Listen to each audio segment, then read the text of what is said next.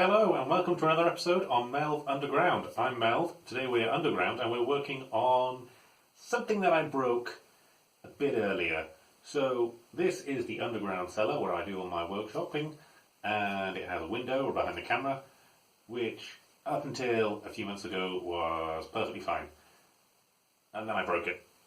So this is some footage from just after I broke it. So I just accidentally broke the window. I just let it drop. I closed it and I thought it was locked in, and it wasn't, and then the wind just knocked it back. And now it's comprehensively not in the frame. So I smashed the glass. So I guess what I could have done is just order some new glass to put into the frame, put it back in, and just call that a day. But the frame itself isn't really that well put in. So I'm just going to take you in a little bit closer and show you why, some of the reasons why I'm going to rip it all out and put a whole new frame in. Okay, so this is the window as it stands. Obviously I've reboarded it back up since I knocked the glass out of it, but you can kind of see that it's kind of not very well installed, really.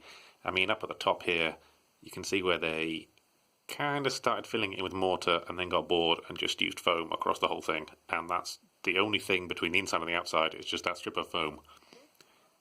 If we get a little bit closer, on the underneath side, you can kind of see that this just goes all the way through to the outside. And I can't show it on the video, but there's just a jet of icy air coming in underneath the sill there.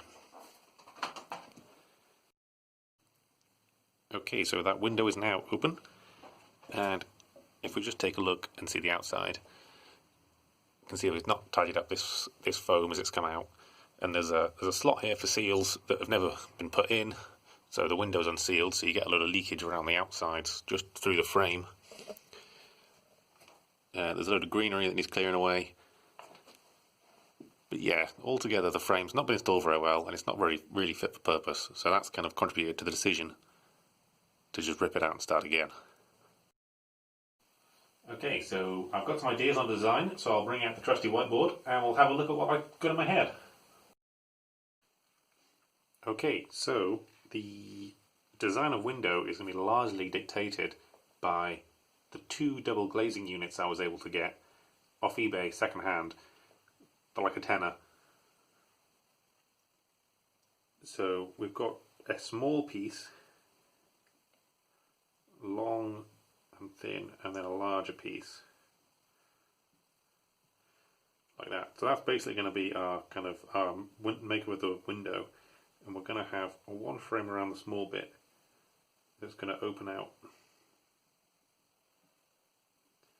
So we have one small frame there, and then that's going to fit in to the larger frame. It's going to go around this whole thing. So this bit here is going to be hinged. I think it's called side hung for windows. Hinged on the side, so it's going to be able to open out. So if we look at the whole thing from the side, our frame, the small window is going to hinge out like that. But as you saw in the video where I was showing you the window as it stands, we also have the window being able to hinge all the way out to let us get logs and stuff in from the outside to the cellar quite easily. So I'm then going to have this whole frame here is also going to be able to fold out. So I think I'll do that by hinges at the bottom, but I'll play around with that a bit more when we get there. So the first thing I'm going to do is start working on this small frame here. Okay, so the first thing we're going to work on is this frame for the smaller pane of glass. And we're going to make it out of this. This is just 3x2 treated pine that I've planed down a bit to make the edges smooth. And I've just cut this big long rebate along there, just with the handheld circular saw, making a load of long rib cuts, and then just hogging out all the rest of it with a chisel. first thing I'm going to do is decide what kind of joinery I'm going to use on these corners to join this all together. Now, this is going to be a side-hung window, so the hinges are going to be on the side here. So that's where the weight's going to go into the rest of the frame. But a lot of the weight is going to be acting on the bottom piece of this to pull this away from these two short pieces. So whatever joinery I've got to do, it's got to be very resistant to this being pulled off the end of those shorter pieces. So we want to make it so that if we pull the short piece away, whatever joinery we've got is going to be well designed to resist that. So what I think I'm going to do instead is I'm going to dovetail this piece into this piece. So we're going to do something like this, where that's our waist there, and that's our waist there. And then when that dovetail's inserted, that's going to resist this coming out. And then what I think we'll do is, for this portion here, we're just going to do almost like a lapped joint. Get rid of all of that. Get rid of all of that. Kind of like it's a bit of a mix between like a finger joint and a well, yeah, a bit of a mix between a finger joint and a dovetail. So these two bits are going to finger together and give us a good large amount of gluing area, and then this dovetail's going to go in here and just give us a bit more of a mechanical advantage to prevent this short piece pulling out that way.